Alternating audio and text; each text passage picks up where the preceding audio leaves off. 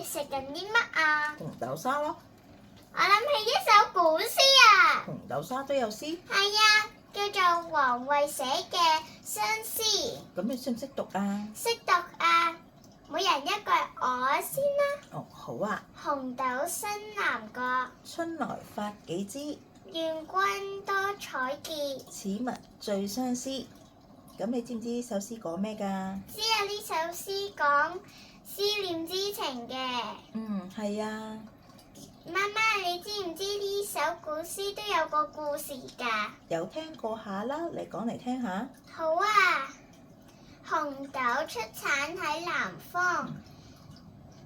傳說中古代有個女子，佢住喺南方嘅。佢有一日，佢個丈夫突然間死咗喎。佢就好傷心啦。佢行到一棵樹下面喺度喊啦，因為佢傷心得滯而死。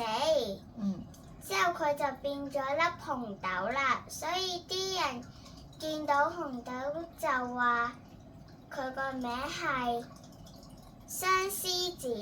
係啊，媽媽聽過嘅故事都係呢個啊。